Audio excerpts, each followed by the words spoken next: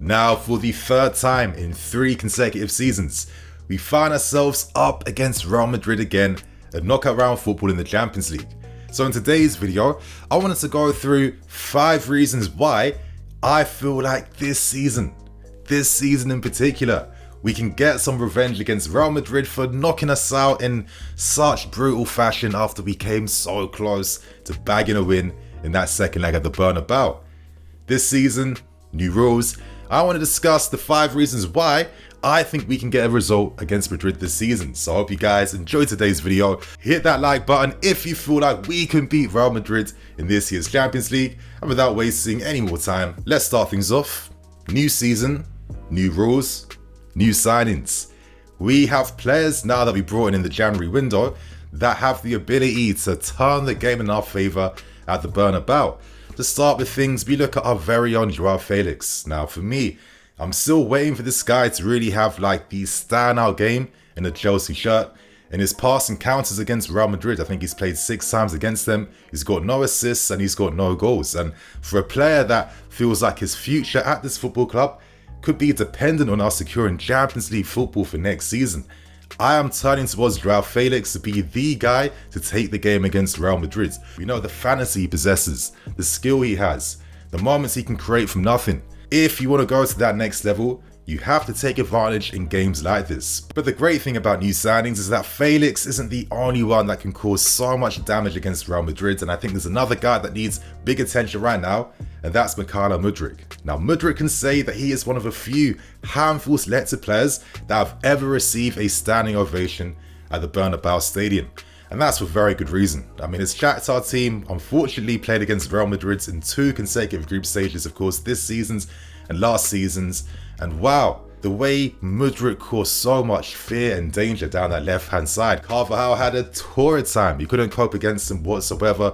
Mudryk's ability to carry from deep positions, carry his teams all the way up the field, the trickery, the skill, being able to cut inside as well too, finding pockets of space to turn on the half-turn and then drive and attack Real Madrid. This guy has no fear playing in that stadium. He has pedigree playing in the Bernabeu. The only thing he needs right now is to get an assist or a goal against Real Madrid. And I think after signing for us, this is like the perfect opportunity to finally get your mark off against Real Madrid. And last but not least, we have to talk about Enzo Fernandez. World Cup winning Enzo Fernandez. This guy, hopefully partnered alongside Mr. N'Golo Kante, is going to be like a massive transformational player for us. And the reason as to why is that what he does on the ball in terms of his passing range, his vision, his creativity, and as I always stress, what he does in the second phase, how he kickstarts attacks for us. This has really transformed the team, and his performance against Leicester City last week is testament to qualities and how his passing range helps improve his teams around him. For example, in the counter-attack in the Bernabeu, I want Fernandez on the ball playing balls over the top to find the wing-backs or the forwards running in behind. You know, when it comes to that midfield battle alongside Tchouaméni, Kroos, Modric, I want World Cup winning Enzo Fernandez, who was known to help his teams win midfield battles, partnered alongside Kante's or Covers or Mounts. And when you have a player that is tactically aware, strong defensively, strong offensively, and world class on the board as well too, anything can happen. And I'm expecting the midfield battle against Real Madrid to be something we're going to remember over the next few seasons. Now let's move on to my second point, and one advantage we have is that we have a player that can single-handedly deal with Vinicius Jr. I mean, my lord, I have to start off by the stats. You guys can see the stats beside me. Reece James won 8 out of 8 tackles in that second leg game last season when we beat them 3-2 but went out, of course, on away goals. How many players in world football are able to cope 1v1 against Vinicius Jr. by themselves? Most times teams have to accommodate by putting 2 guys on Vinny, of course, to help boost their chances of stopping him. Player in Reece James, who's collecting bodies from some of the best left wingers in the game. You're looking at Vinicius Jr., Rafael Leao, so many. Against Europe's top left wingers, he's been dribbled past 1 time, and that tells you everything you need to know about how much of a tactical advantage Reece James can bring, because we don't have to put 2 guys on Vinicius Jr. After that game in the second leg, rightfully, Reece James earned the respect of Karim Benzema, Vinicius Jr. Now Reece James calls Vinicius Jr. Vinny, so that tells you everything you need to know about how Reece James really just announced himself even more in the European game. And for me, I'm expecting Reece to have another big battle against Vinny, and I feel confident that not only can you secure him defensively, in terms of what he can bring in the final thirds, I'm expecting big things from Reece James, and we're lucky as a fan base that we have a player that's this good that can go toe-to-toe against Europe's very best attackers. So now, let's move on to the next point. And for this next one, you knew exactly who I was about to talk about, and of course that is the return of King N'Golo Kante. I mean, the fact that we'll have two World Cup winning midfield players playing against Real Madrid hopefully on the 11th of April, this is something special to have, and I think Kante times Enzo is the midfield pairing that the whole fan base right now is eagerly anticipating and waiting to see. Now I hope this is like collectively agreed upon, but when we won the Champions League under Thomas Tuchel, for me, Kante was the main reason why we even won that tournament to begin with. I mean, the guy was collected man of the match awards for fun. He picked up 2 against Madrid, 1 in the final, 1 against Atletico Madrid as well too, and that's a very good reason. I mean, he absolutely dominated the midfield area. He absolutely dominated Modric and Toni Kroos. And Kante isn't just about the tackles, it's the energy and life he gives to his teams, because these are counter-pressing tackles he's winning. These were tackles where he was kick-starting counter-attacks, setting up attacks for the team that were taking advantage of in the counter-attack. That's the defensive steal that he's given to our defense by, blocking out passing lanes and giving them protection in front of them. And when you have a player like Kante, he allows you to win the ball up higher up the field. And I want to disrupt Real Madrid in the build-up phase. And I feel like we actually have a midfield that would be good enough at actually stopping them properly by actually using Kante and Enzo together in midfield. If there's one player that Madrid players are going to fear, it is going to be a fully fit and returning N'Golo Kante. And I kind of feel like Kante coming back during the crucial stages of this season, this could be an absolute game changer for us. And you're just hoping that because we are patiently just assessing his fitness and slowly introducing him back to rigorous training, we are getting him ready for moments like this in the season. But let's not just reduce Kante's game to his tackling. I mean, in those games against Real Madrid in the 2021 season, the guy recorded 6 dribbles in midfield, way more than anyone, way more than Kroos, way more than Modric. Kante is the ultimate big game player, and if he's fully fit and ready to return back to this team, then Real Madrid have a lot of things to be worried about, yeah?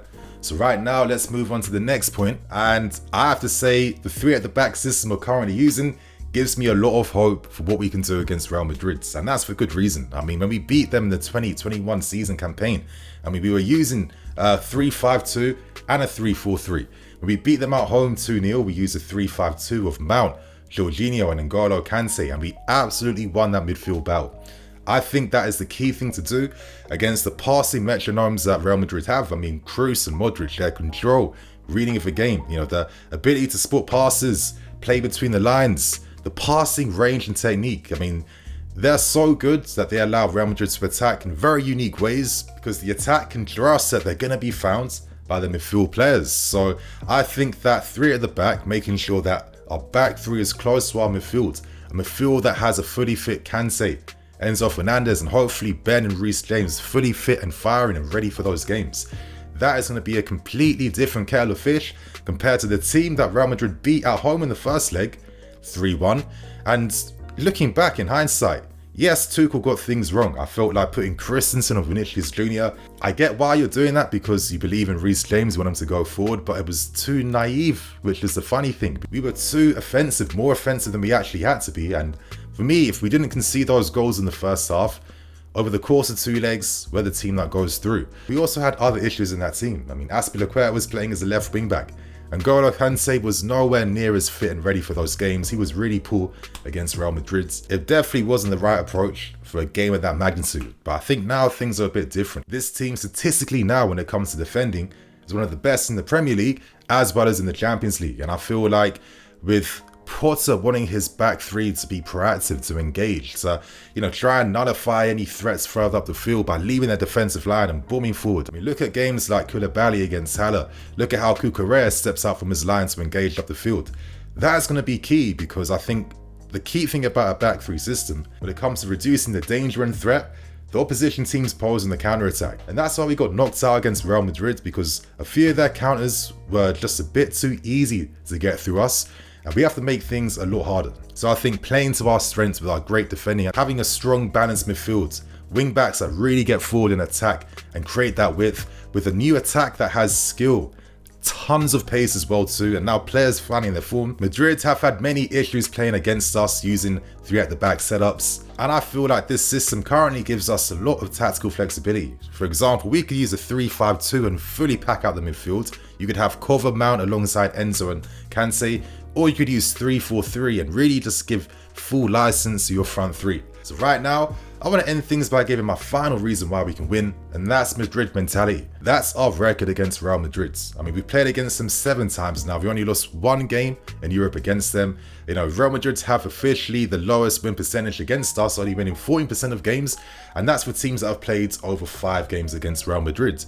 What is the key thing here? The key thing is mentality. We play with no fear. We don't fear Real Madrid. We don't fear playing in the Bernabeu. We played one of our best games since the turn of this decade, actually, under Thomas Tuchel at the Bernabeu last season. And in different circumstances, a little bit of context, or a few things going in our favour, we're the team that rightfully deserves to go through and progress in the Champions League. We don't show any respect to Real Madrid. We don't fear their players. You know, our players want to outcompete Real Madrid. We want to be aggressive. We want to press. And I think hopefully we can use these youthful qualities we have, our energy, our intensity, you know, the teamwork that we have as well too, to just really fine-tune how we play against Madrid tactically, and then pick our moments to get these guys on the counter-attack. I actually think playing the first leg away from home at the Bernabeu, similar to what we did when we won the Champions League that season, is something that's going to work in our favour a bit more, because hopefully that will allow us to play on the break. And we have a lot of players that have had a lot of fun when they have spaces on the counter-attack. Now for me, before I end things, the reason why mentality and playing with no fear is so key is that knockout round football, these intangibles become even more important, because if you're not confident to take your opportunities, to deal with situations, to be able to handle the pressure, if you can't do those things, you're a team that ends up being yourself before you even play the game. I actually think the recent examples between Liverpool and Real Madrid is a key example of a team that mentally, mentality-wise, wasn't really there with that real belief they could do anything against Real Madrid. I understand why though, because Liverpool have lost quite a few games against Real Madrid, but for us, it's completely different. And one thing about our football team is that when we're the underdogs, when pressure is going against us, this is when we raise our level even more, surprising even us time and time again. So there you guys have it. They're my 5 reasons why I think we can beat Real Madrid this season. It's going to be incredible games, incredible battles, but I think right now we're slowly brewing things up to show that we're a team ready now for the challenge and the occasion. And I got some belief behind my boys here. So you guys, on that note, share your thoughts and opinions. How do you feel about this tie? What's your reaction to this draw? I'm Nini FC, this is BlueLionsTV. I'll catch you guys later with some more videos. Cool.